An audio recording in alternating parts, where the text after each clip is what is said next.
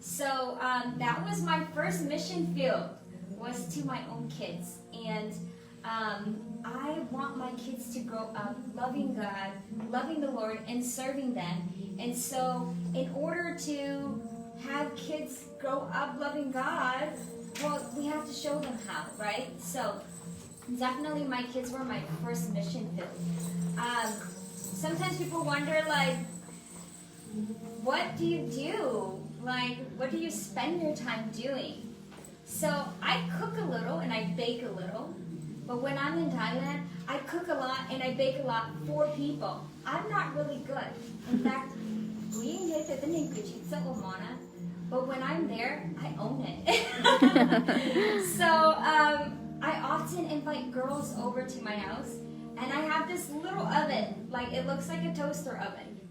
And we bake cookies, we bake cakes, we make brownies, and sometimes these girls are tasting like American treats for the very first time. So it's exciting for them. And even though I'm not good, they have nothing to compare it to. So I use whatever skills, whatever talent, even if I'm just a little good or I'm still learning, I use that because it's an opportunity for me to connect with women. So I do a lot of baking, cooking. I make a lot of American food. So sometimes I'm cooking pasta and I'm making pizza, or I'm making things that would draw people over.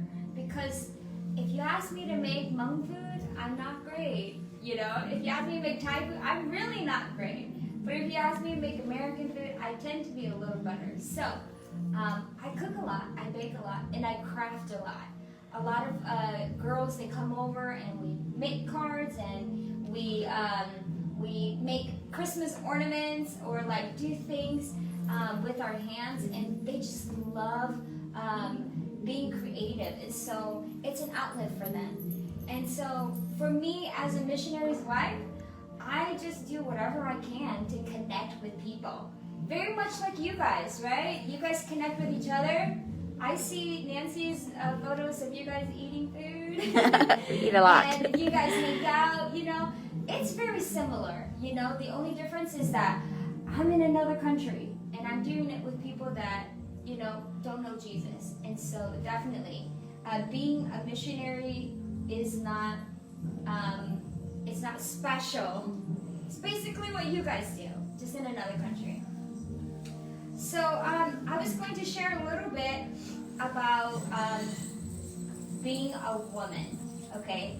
So we are all Nietzsche's, right? And we know what it's like to be the Nietzsche, Halilu Church, right? I see you guys.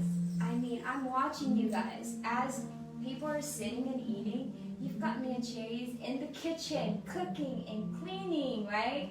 You guys know that it's, well, we were all brought up knowing that our role as Nietzsche, that take care of all the necessary things to help things go, right? And so, in Lu Church na, it would be really hard to have events. It would be really hard to have people know how to take care of kids or to run certain programs in our church. So, your role as Nietzsche is very important to a church. And so, as a Hmong Nietzsche, okay, as a Hmong wife, it's that times 10, maybe 100. Yep. Because, you know, if you're a good Hmong wife or a good Hmong Nietzsche, and you're not tired by the end of the night, then you have not done your job. It's a joke, but it's kind of serious, right? We train our daughters and ourselves, and we push ourselves to, work hard with our hands, use our strength, right? And oftentimes, as a Nietzsche or as a woman, we push ourselves to do that, and we forget about us, right? We forget that being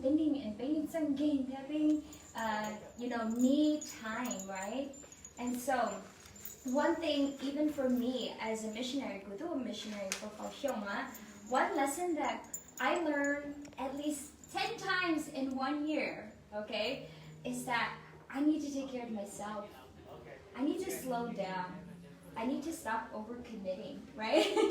Because oftentimes we will do this, and then we sign up to do that, and we sign up to do this, and maybe another few things, and then help our friends.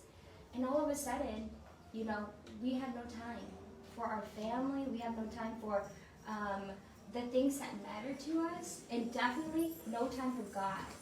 And so one of the lessons, like I said, that I learned at least 10 times in 1 year is that I got to slow down, and I got to really take care of myself, my spiritual self, because it's easy to use my strength, right?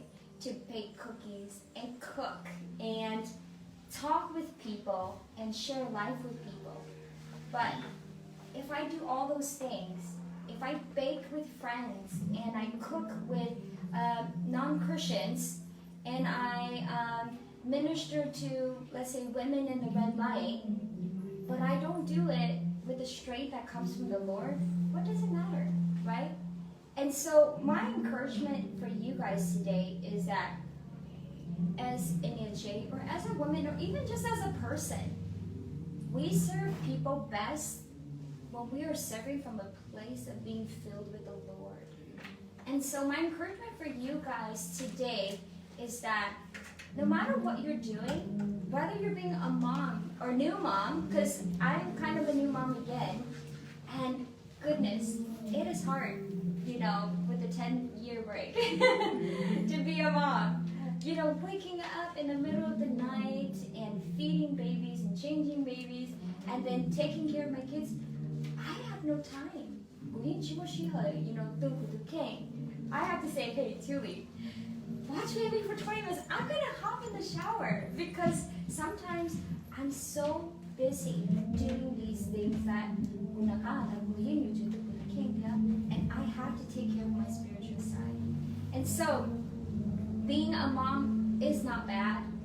Being an EJ, of course, is not bad. We get to serve people. We use the skills we have to serve people.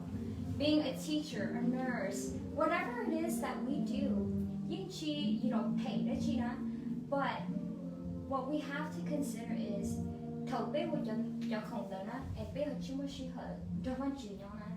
you know, what needs to change, because we can do those things, we're going to run out of steam. We can do those things, but for how long, right?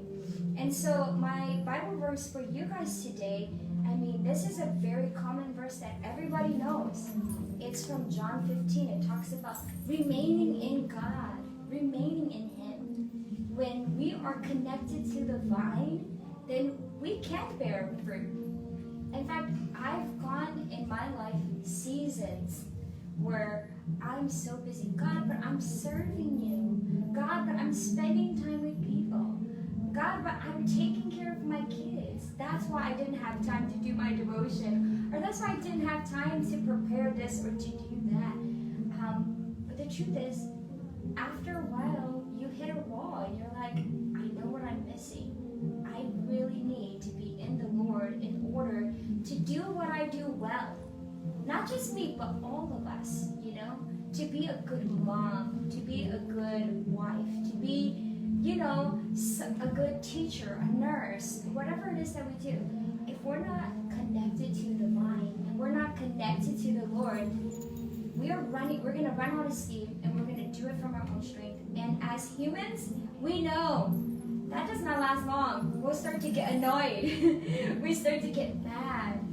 And we start to be somebody we don't want to be. And so my challenge for you today is find ways in your life, number one, to take care of yourself. Whether that is go get your nails done, or, you know, go shop, or listen to music, take a day off, you know. Whatever it is that you feel can give your body rest, do it. Do it once in a while because you need to take care of yourself. And the second thing is, how do you connect with God? You know, for me, I love worshiping. I love worship songs. And I love finding new worship songs. So every morning when I wake up, I open my patio door, my chair is there, my Bible is there, I listen to music, I blast that music. My neighbors probably hate me, but I connect with God that way, and that's my sanctuary. So find a way that you feel connected to God, and make sure that it's a non-negotiable in your life. That no matter if the baby puked, or my kids need help with homework, or my husband needs breakfast, I'm gonna do this. I need to make sure this happens. Because the moment I skip one day, skip 2 days, 1 week, 1 month, I'm gonna look at myself and not recognize who I am. I'm gonna look at myself and not like who I am, because I'm not being the Lord to people. So, I leave you with this. As we are in the light, the way that the Lord shines, He's going to shine through us.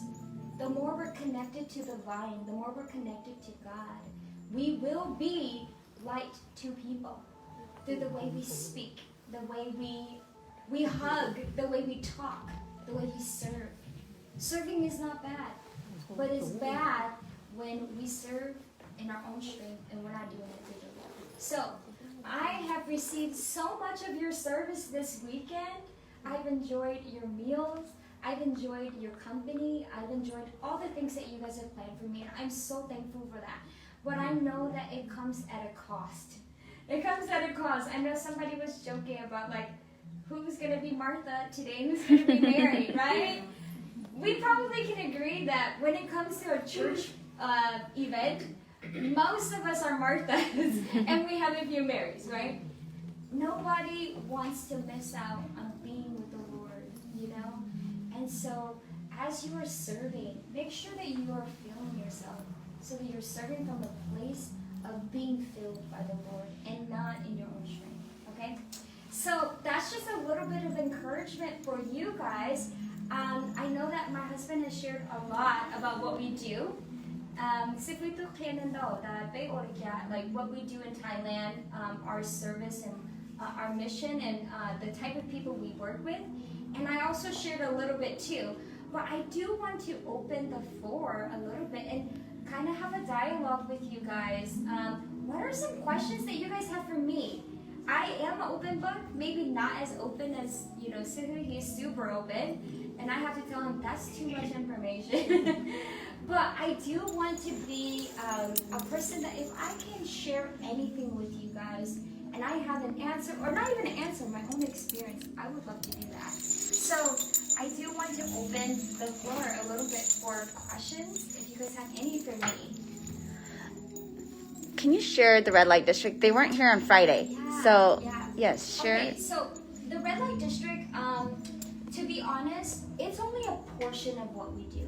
Okay, so we do ministry with the university students. We work with our church. We work with interns and short-term teams, and then we also work with Red Light District. So I shared a little bit about how we were introduced to the Red Light District.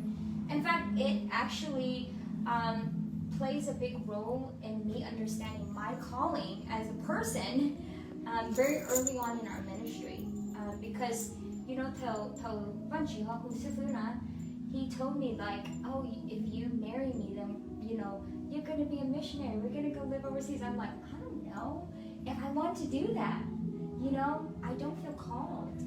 And so at the beginning of our marriage and our ministry, it was me figuring out, God, are you calling me too?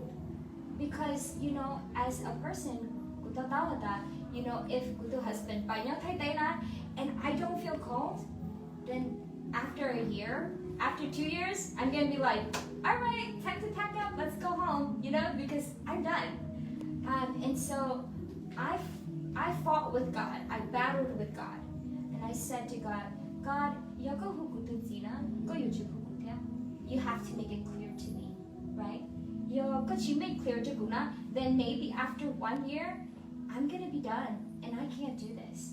And so 2 years into our ministry, my husband had his internship in Taipei, and I just stayed home. I was the good wife. I cleaned, I cooked, I folded all our laundry really nice, I organized, and that lasts for like 2 days, and I'm like, I'm done. I don't want to be in this house anymore. There's something more out there, and I'm not doing it. And so, in my head, kusanan itu missionary na, itu do something you to by hoka, you to go and tell people, you have to be out there. But I was in this tiny apartment. I was not doing that. So in my head, I was like, God, you're calling my husband. He's out every day, but I'm stuck here. This does not look like being a missionary, It was 2 weeks into our internship, and the opportunity to teach the women, right? I don't know, do you call them like Nandia, yeah. Yeah. So to Kela Luangi, I said, okay, in China, I don't like doing things by myself. I like my husband by me, because then no matter where I go, he can answer and he can, do everything. And I'm comfortable that way. But that time, your husband can't go. I said, what? You mean he can't drop me off? No. I said, oh, yo.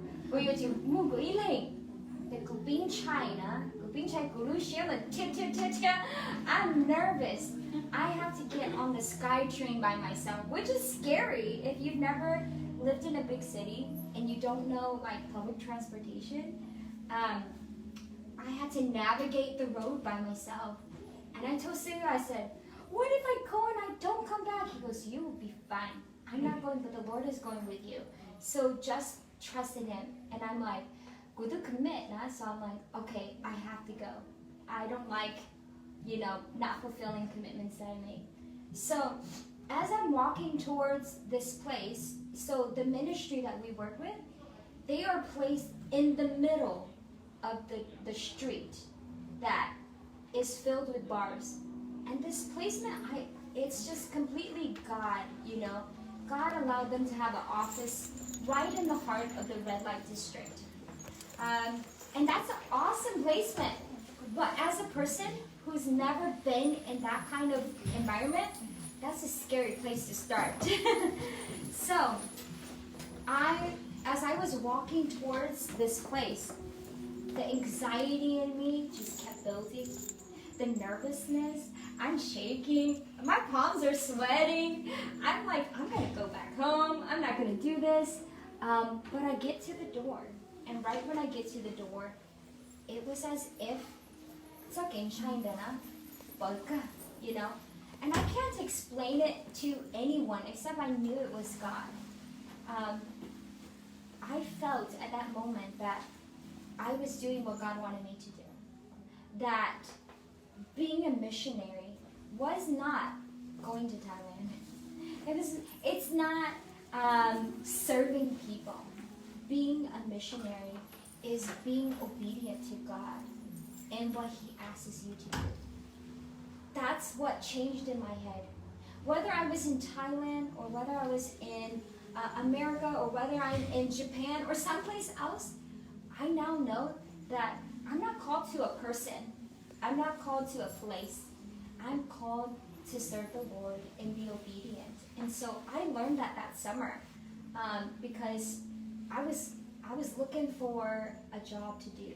I was looking for finding purpose in what I was doing. But God said, you can't find purpose in what you're doing. You can only find purpose in being obedient to me. And as you're obedient, then I will reveal these things to you.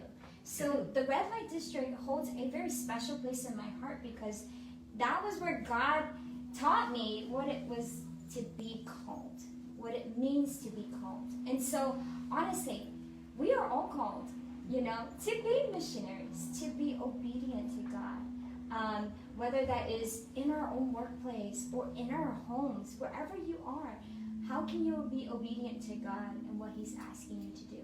So, like I said, the red light district holds a